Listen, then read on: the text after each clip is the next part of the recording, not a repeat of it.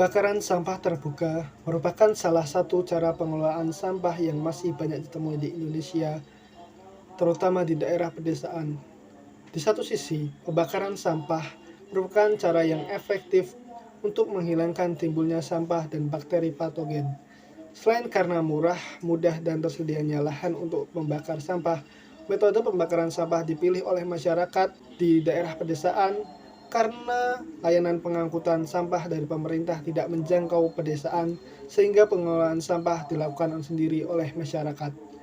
Namun, di sisi lain, pembakaran sampah menyebabkan terjadinya emisi gas rumah kaca dan pencemaran udara yang menyebabkan dampak negatif bagi lingkungan dan kesehatan. Material-material yang terkandung dalam sampah tersebut dapat mengakibatkan dampak buruk bagi kesehatan dalam jangka pendek maupun jangka panjang. Hal yang menyebabkan masih banyaknya masyarakat yang buang sampah adalah 1. Pembakaran dilakukan karena kondisi wilayah yang didukung oleh ketersediaan lahan. Yang kedua, terbentuknya pola pikir masyarakat yang menganggap bahwa membakar sampah lebih praktis. Yang ketiga, sistem manajemen, pengelolaan, dan juga pengolahan sampah di wilayah tersebut masih belum maksimal. Yang keempat, kurangnya pengetahuan akan dampak yang ditimbulkan dari pembakaran sampah. Yang kelima, kurangnya pengetahuan masyarakat tentang bagaimana cara pengelolaan sampah yang baik dan benar. Dampak dari pembakaran sampah yang dilakukan di tempat terbuka atau lingkungan terbuka menghasilkan emisi atau zat pembuangan beracun yang mengandung CO atau karbon monoksida dan CH4 atau metana yang kemudian dapat menyebabkan pencemaran lingkungan. Asap dari pembakaran sampah menyebabkan pencemaran udara sehingga lapisan ozon tertutup dan dapat memicu terjadinya pemanasan global atau global warming. Pembakaran sampah juga memungkinkan terjadinya kebakaran apabila pembakaran dilakukan di tempat terbuka yang dekat dengan semak-semak kering.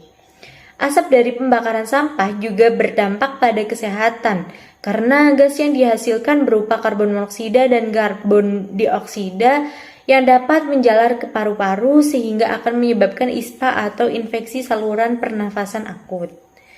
Gas CO atau karbon monoksida yang dihasilkan dari pembakaran sampah akan mudah bereaksi dengan darah dan membentuk ikatan karboksi hemoglobin yang membuat fungsi darah sebagai pengangkut oksigen akan terganggu. Adanya gas metana sebagai hasil dari pembakaran juga sangat berpengaruh dalam meningkatkan gas rumah kaca yang berakibat pada pemanasan global.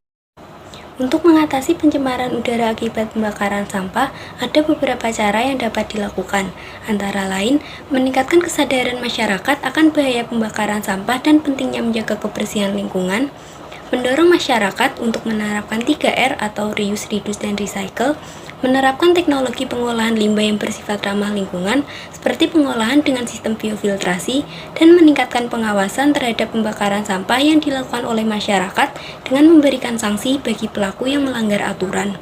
Dengan cara-cara tersebut, diharapkan tingkat pencemaran udara dapat menurun dan kebersihan lingkungan selalu terjaga.